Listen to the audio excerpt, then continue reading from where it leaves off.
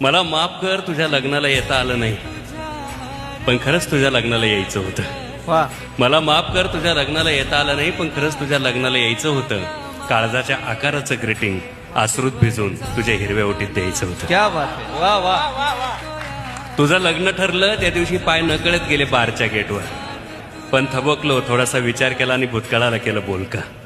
पण थबकलो थोडासा विचार केला आणि भूतकाळाला केलं बोलकं.